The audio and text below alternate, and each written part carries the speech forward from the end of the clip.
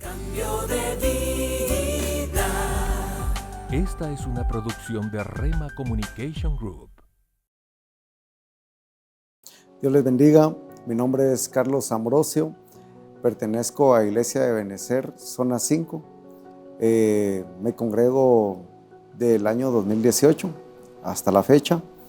Ha sido una bendición muy hermosa estar acá. Estoy en el departamento de servidores, sirvo ahí actualmente y ha sido algo fascinante, una experiencia muy hermosa en mi vida espiritual, almática y terrenal. Lo que les voy a compartir el día de hoy es pues pequeñas partes de mi vida, lo que fue antes del 2018. La primera vez que yo acepté a Jesucristo fue en el año 97.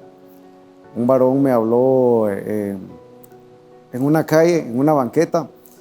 Yo era miembro de una pandilla de ese lugar. Estamos hablando del área de Misco. Esta persona me habló de Jesucristo. Yo estaba drogado y pues no le puse mucha atención. Él insistió y un día sábado me recuerdo que yo estaba alistándome para ir a la discoteca, reunirme con mis amigos y lo que siempre hacíamos, y llegó esta persona, no se me olvida el nombre de este joven, Gilberto Mendoza. No sé si algún día verá esto, tengo años de no verlo, y se acercó y me habló de Jesucristo y Dios lo usó porque sentí algo muy, muy fuerte en mi corazón. Yo tenía una edad como de 19 años y estaba pues en la etapa de estar experimentando drogas, la cocaína, la marihuana, portar arma, tener un lugar en la pandilla, ser reconocido en la colonia, en otras colonias. Estamos hablando de la década de finales de los 80, como 89 para 95. Era una época de pandillas pues, que no es como la que actualmente se ve. Entonces mi juventud así la estaba descargando yo. ¿Por qué razón? Bueno, pues venía de una familia que se había desintegrado. Lastimosamente mi padre alcohólico. Venía él arrastrando un dolor también en su alma porque en el año 88, si no estoy mal, habían asesinado al papá, o sea, a mi abuelo. En aquel tiempo creo que todavía se veía lo que es el conflicto armado allá por la costa sur y él se enteró de la triste noticia de que habían asesinado a mi abuelo de una forma brutal. Lo habían torturado, lo habían apuñalado, lo habían decapitado y pues eso impactó la vida de mi padre y por lo cual él se desbordó en el licor. Entonces yo de pequeño no tuve esa protección paternal, no tuve ese cuidado. Mi mamá para podernos cuidar a mí y a mis hermanas, que soy único hijo de 5 hijos, 4 hermanas, yo de varón. Entonces mi madre para poder tener que ponernos en la mesa, ella lavaba ajeno, pues planchaba ropa, recuerdo de que le planchaba ropa a los vecinos y otras cosas que hacía ahí para ganarse el sustento, torteaba y ganarse algo. Eso fue de que como yo no tuve un amor paternal, no tuve un hogar en donde se supiera qué es el amor, pues al ver a mi papá en esa situación alcohólica y ver que después de eso ya el abuso del alcohol lo hacía él hacer que robarse las pertenencias de la casa, lo que a mi mamá con mucho esfuerzo le costaba, él lo iba a vender por comprar un poco de licor. En una de las ocasiones discutieron con mi mamá, es una cosa que me hizo acercarme más a la pandilla porque me llené de odio en ese momento cuando vi esa escena muy fuerte entre mi mamá y mi papá, que ella le reclamó una discusión de adultos. Entonces vino mi papá y la tomó del cabello y la tiró.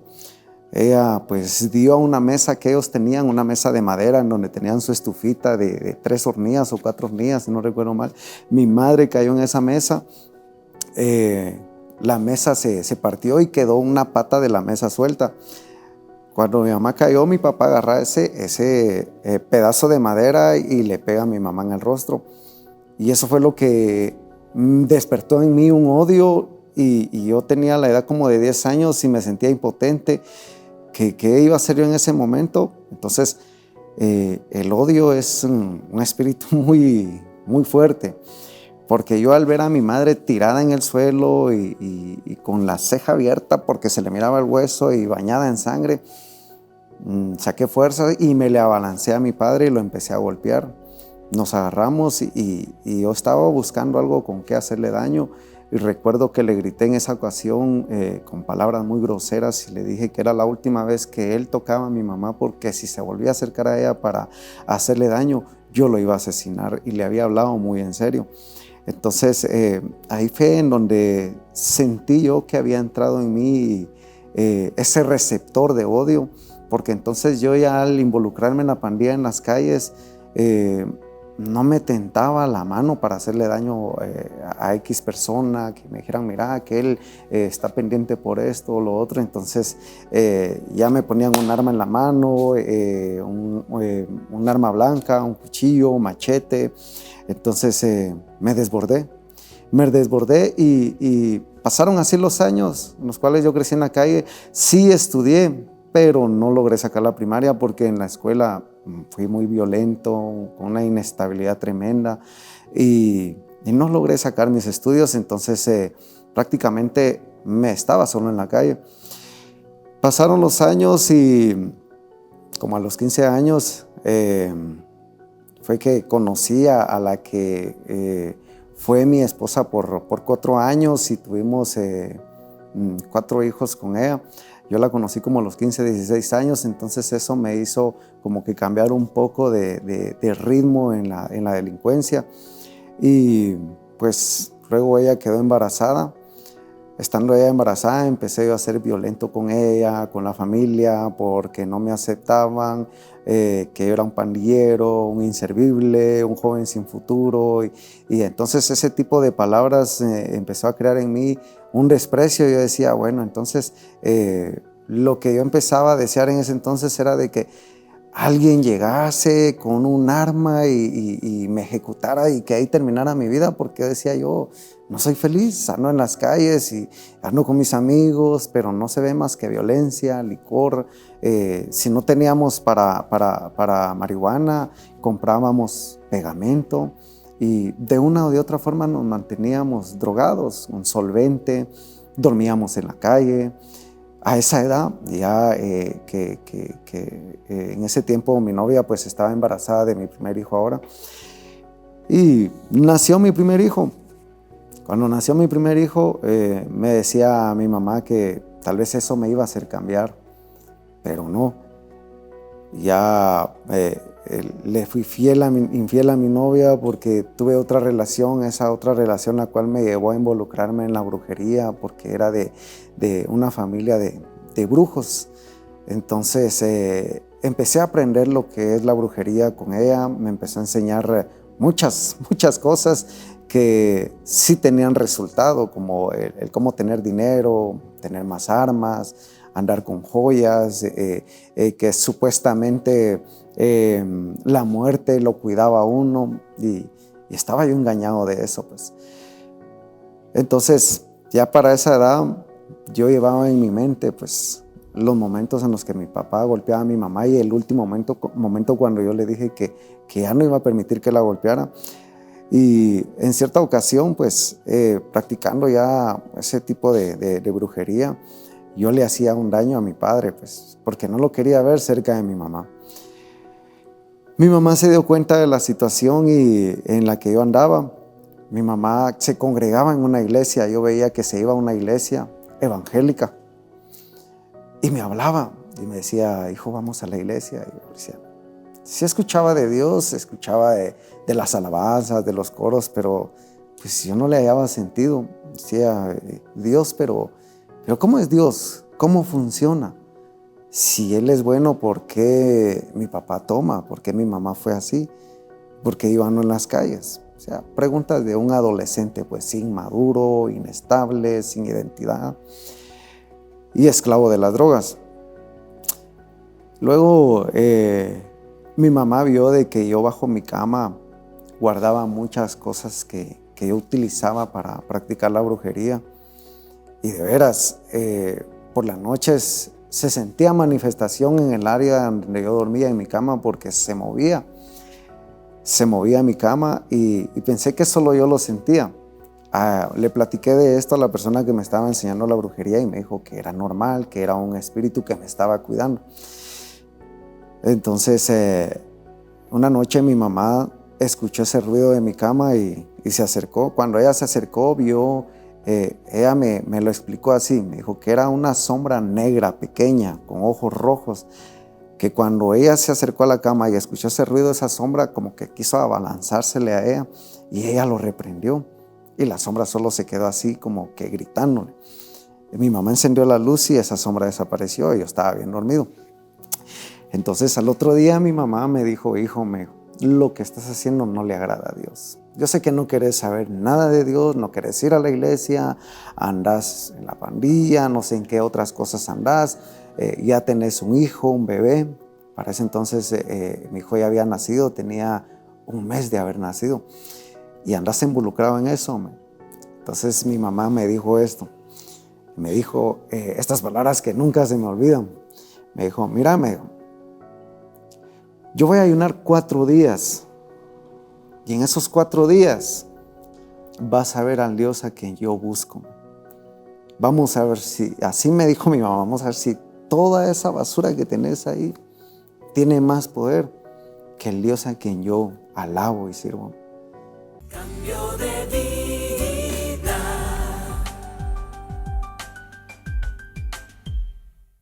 Cambio de vida.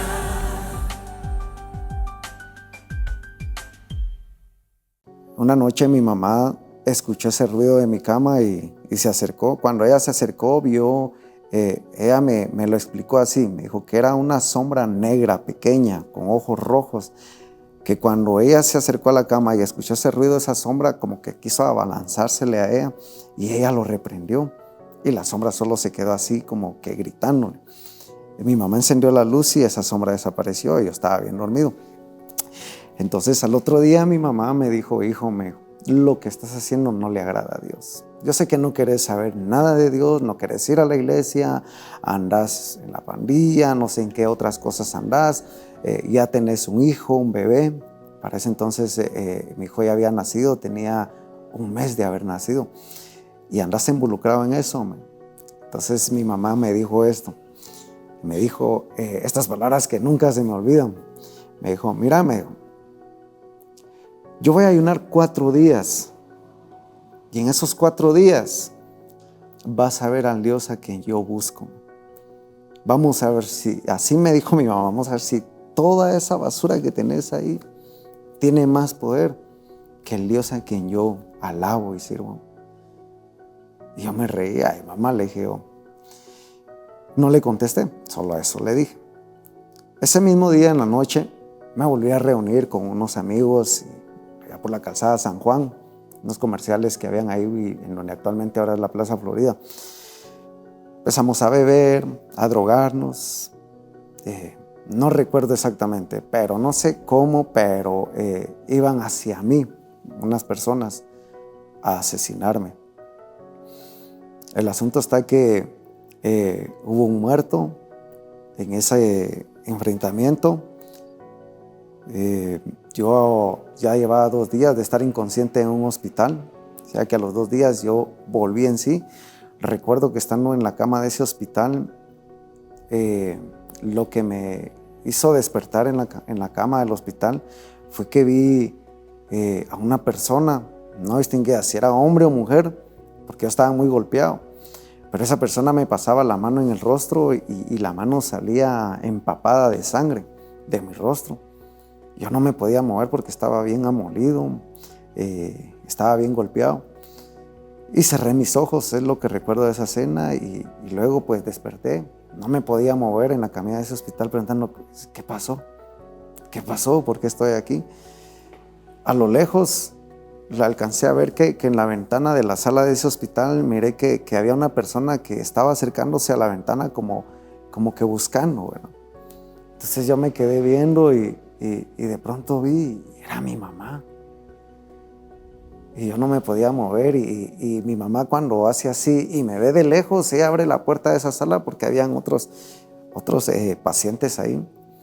Y entró y se abalanzó hacia mí, se recostó en mi pecho y me abrazó, se puso a llorar y me dijo: hijo, estás vivo, me dijo, llevo 2 días buscándote, ya fui a la morgue, ya fui al San Juan de Dios y no me dan razón, ya fui a la policía, puse un anuncio en las noticias y no me dan razón, hijo, estás vivo, estás aquí. Entonces me dijo: yo te lo dije, que dejaras eso porque yo le sirvo a un Dios real. Hace caso. Entonces ya me empecé a hacer una idea, bueno, ¿cómo es Dios entonces? Pues, ¿cómo es Él? ¿Qué es lo que Él tiene para mí? ¿O qué desea Él de mí? Pues, ¿qué le gustaría a Él de mí si yo no tengo nada? No tengo nada. A esta edad de 17 años, pues, estoy ya me sentía sin esperanza. Habían días que yo lo que deseaba era la muerte. Y estando en esa cama, pues me quedé con ese pensamiento de que mi mamá me había dicho que 4 días iba a ayunar y empezando el ayuno y el Señor me respondió porque trató conmigo el Señor. Fue muy fuerte lo que el doctor me dijo que me había pasado. La idea que salí del hospital, llegando a la casa, todo moribundo, y estaba mi papá ahí, un poco ebrio, y se me quedó viendo. Y me dijo: todavía estás vivo. Yo ya tenía la esperanza y estaba feliz de que te habían matado porque tu mamá no te encontraba y todavía estás vivo. Me dijo: sí. Bueno, aquí no cabemos los dos. Me dijo: o te vas vos o me voy yo. Bueno, no se preocupe, porque mis hermanas querían mucho a mi papá. Lo querían mucho a pesar de lo que fuera. Ellos me dijeron: nosotros ya lo perdonamos, él estaba bolo y golpeó a mi mamá, pero yo no, les decía. Entonces yo le dije que me iba de la casa y así me fui de la casa. Unos meses fue cuando ya la mamá de mi hijo me dijo de que nos juntáramos porque mi hijo quería crecer conmigo y eso. Y bueno, dije yo, busqué una salida y para mí fue una excelente opción y nos juntamos con ella. Fue en ese proceso pues que vivimos como 2 años así, pero yo no dejaba las pandillas, no dejaba la violencia. La brujería la había dejado a un lado, me dio mucho temor. Y de hecho recuerdo de que la persona que a mí me estaba enseñando eso me dijo: hay un nivel al que te quiero hablarme. Ya es un nivel en donde tenés que pactar con el hombre. Se refería así a Satanás, que el Señor lo reprenda. Y yo he hecho mis oraciones, he hecho unos conjuros a tu nombre y no se me permite, no se me permite porque a mí me parece que tú eres un cirio blanco y que no estás, ¿cómo fue la palabra que me dijo? Tú no eres para esto, tú eres para otras cosas en esta vida, pero no eres para esto, eres un cirio blanco. Un cirio blanco es una de esas velas grandes, gruesas que utilizan en color azul, negro y rojo para hacer otros trabajos, pero el cirio blanco, la idea de ellos es para hacer trabajos de bien, de paz, de armonía y etcétera. Entonces a una persona la distinguían por su carácter, un cirio blanco, y a mí me ha dicho: tú eres un cirio blanco y no se te puede hacer daño. Ahora yo entiendo pues de que venía yo apartado para el Señor, venía yo apartado para mi Padre. Ahora que le sirvo acá en la misión y escucho la doctrina, escucho la palabra de parte de mi pastor y apóstol Sergio, digo: wow, digo yo, todo lo que mi Padre tenía predestinado para mí, yo ya estaba apartado, porque en varias ocasiones estuve al filo de la muerte. En 2 ocasiones en las calles me pusieron el arma en la cabeza. 2 de esas ocasiones el arma no detonó. No fue suerte. En aquel tiempo yo decía: fue suerte. No fue suerte. Otra de las ocasiones fue que de frente pues me empezaron a disparar como a una distancia de 5 metros y no me impactó ninguna bala. Entonces el Señor ya me venía guardando de eso.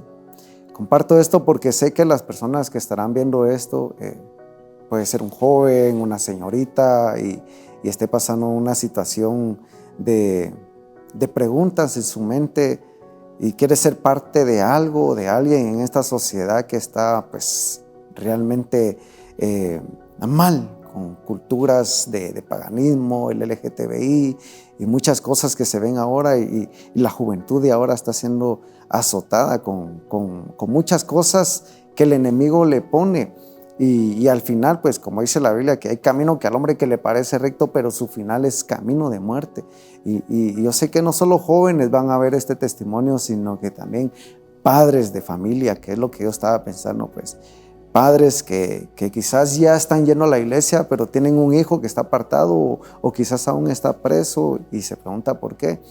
Pues nosotros hemos sido a llamar reyes y sacerdotes y es momento pues de tomar autoridad con la palabra que el Señor nos ha dado y no perder eso tan valioso que Dios ha dado en el hogar, pues una familia.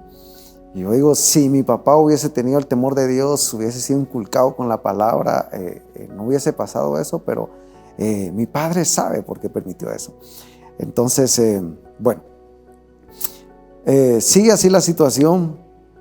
Ya cuando este joven Gilberto Mendoza me habla de Jesucristo, pues honestamente habían días de que por más que yo consumiera cocaína, y las personas que lo hacen y están viendo este testimonio no saben que no miento, que uno puede pasar una noche encerrado en un hotel con una o dos mujeres o irse lejos a darse unas vacaciones y con droga, con dinero, pero por dentro uno se siente vacío, uno se siente miserable y sucio.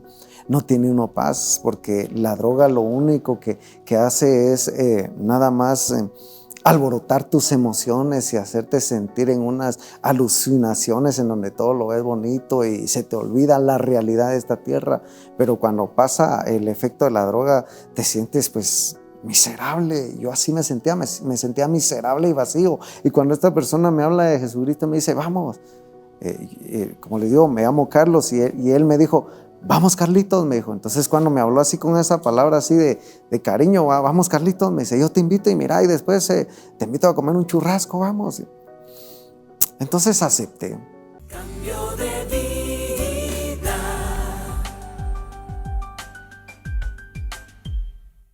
Cambio de vida.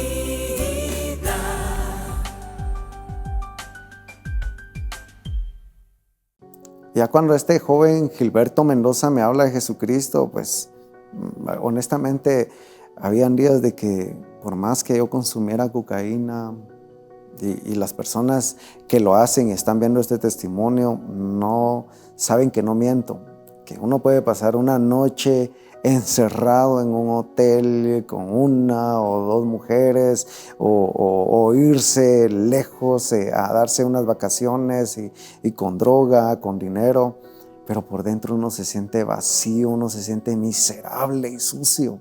No tiene uno paz porque la droga lo único que hace es nada más alborotar tus emociones y hacerte sentir en unas alucinaciones en donde todo lo ves bonito y se te olvida la realidad de esta tierra.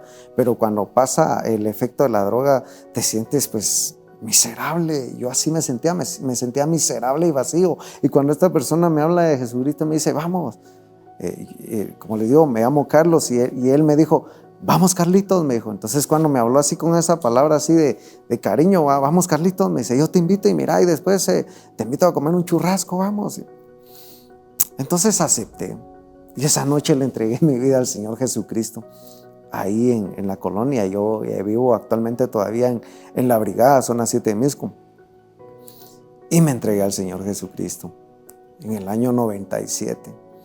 Le entregué mi vida al Señor y sentí cómo su presencia inundó mi corazón, porque cuando empecé a llorar, yo sentí como que mi alma salió de mi cuerpo y me sangoloteó y empezó a sacar un montón de cosas de mí. y no me sentía yo en la tierra. Yo sentí que salí de mi cuerpo y el Señor me abrazó y yo lloraba y lloraba y lloraba. Le entregué mi vida al Señor Jesucristo. Luego mis amigos de la pandilla y otro grupo de delincuentes con los que yo me había involucrado, que se dedicaban a otro tipo de delincuencia, me miraban y me decían, te doy una semana y aquí vas a estar otra vez. Me decían, es que dejar esto, me decían, refiriéndose a la marihuana, dejar esto no es fácil. Yo le decía, no sé cómo lo voy a hacer, pero yo ya no quiero nada de esto. Y empecé a congregarme. Me metí de lleno a la iglesia. Me involucré al servicio. Ya a los meses yo ya tocaba la batería. De repente el pastor de la iglesia hacía fogatas y me decía, predicada parte de tu testimonio. Y yo, claro que sí. Y así estaba yo, enamorado del servicio al Señor. Pero lastimosamente con la que en ese entonces era mi pareja no había cierto acuerdo con las cosas del Señor, había mucho desacuerdo. Entonces eso hizo a que no camináramos bien delante del Señor. Pero yo seguí, continué. En esa etapa de estar sirviéndole al Señor, supuestamente la vida de mi padre había quedado a un lado. Él no dejaba el vicio, y estando en ese tiempo de servicio al Señor, me dicen, saliendo yo de la iglesia, mira, tu papá está tirado ahí abajo, parece que se desmayó.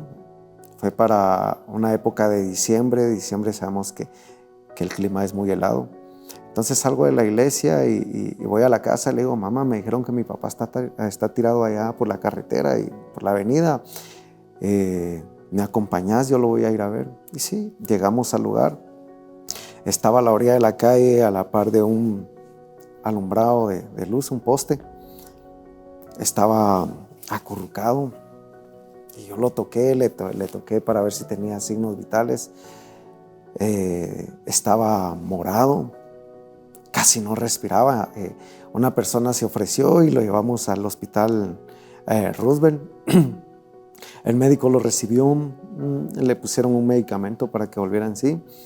Lo sentaron en una silla de ruedas, pero él ya no me reconocía. El médico me dijo de que pues había tenido un golpe en la cabeza por la parte de acá atrás, pero necesitaban hacerle unos exámenes al siguiente día. Le dijimos que estábamos de acuerdo. Nos quedamos con mi mamá ahí un rato en el hospital. Algo me llamó la atención y volví a ingresar. Cuando yo volví a ingresar ahí a la sala de emergencias, veo que llevan a mi papá en una camilla ya, con tubos, ya estaba con unas máquinas que lo ayudan a respirar.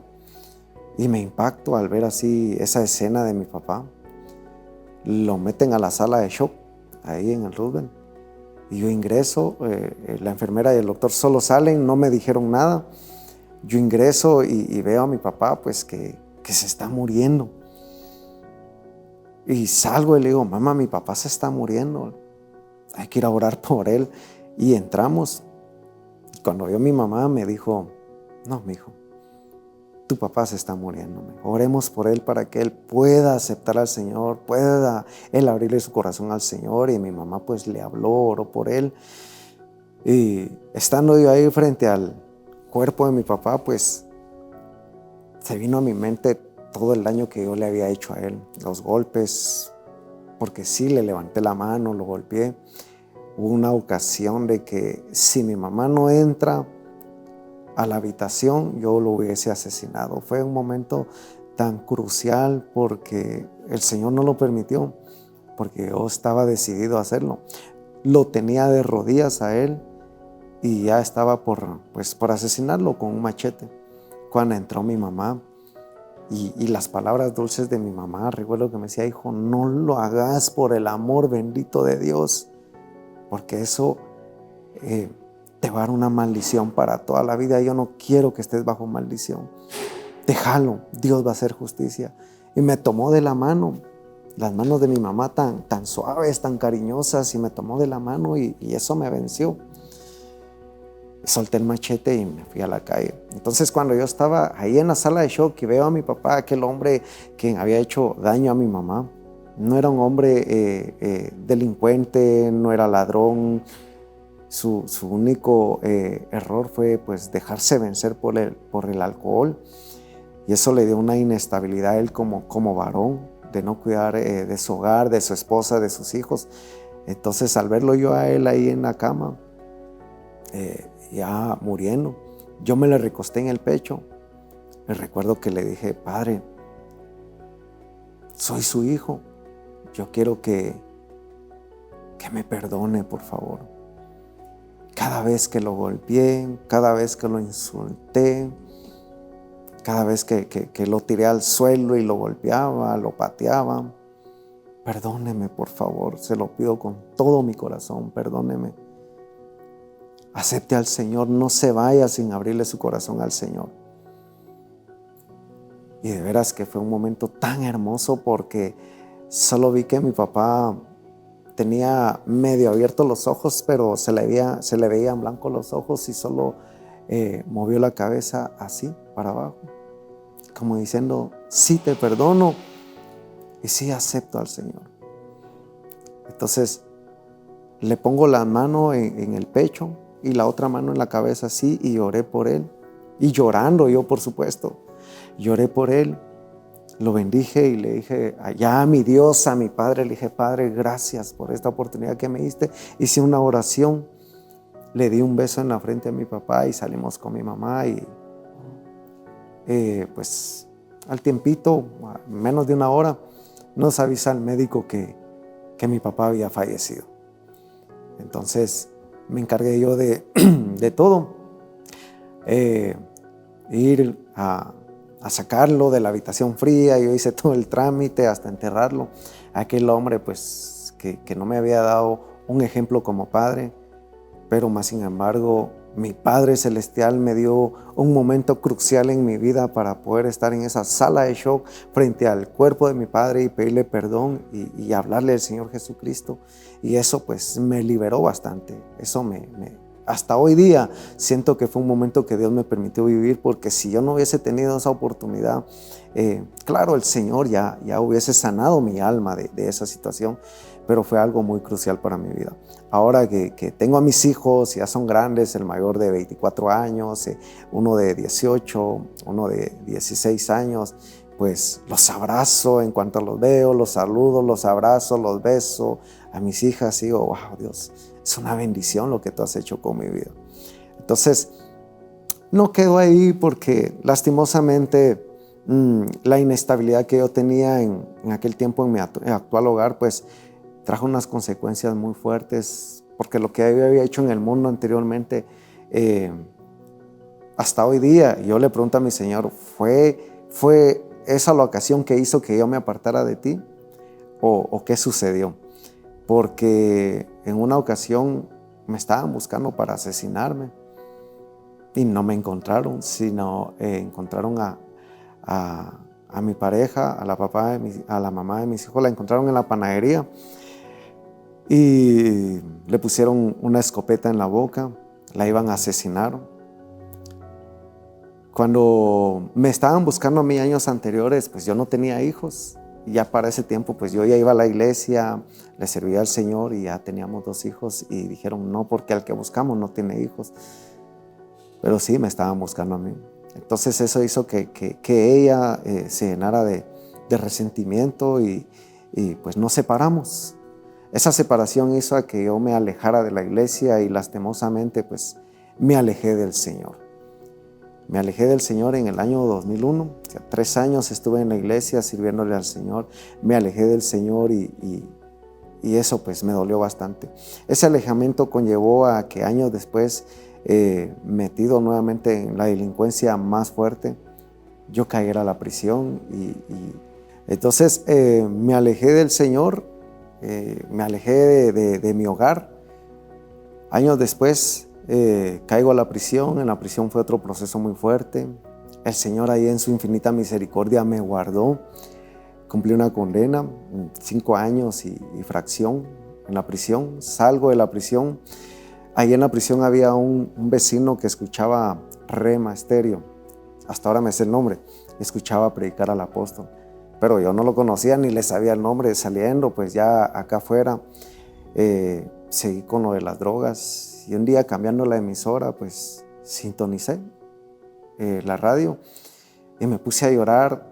Tomé mi motocicleta y me vine para Zona 5 buscando la iglesia. Llegué a la iglesia, me rendí al Señor y desde entonces, el año 2018, que le entregué a mi vida al Señor Jesucristo y estoy acá sirviéndole al Señor.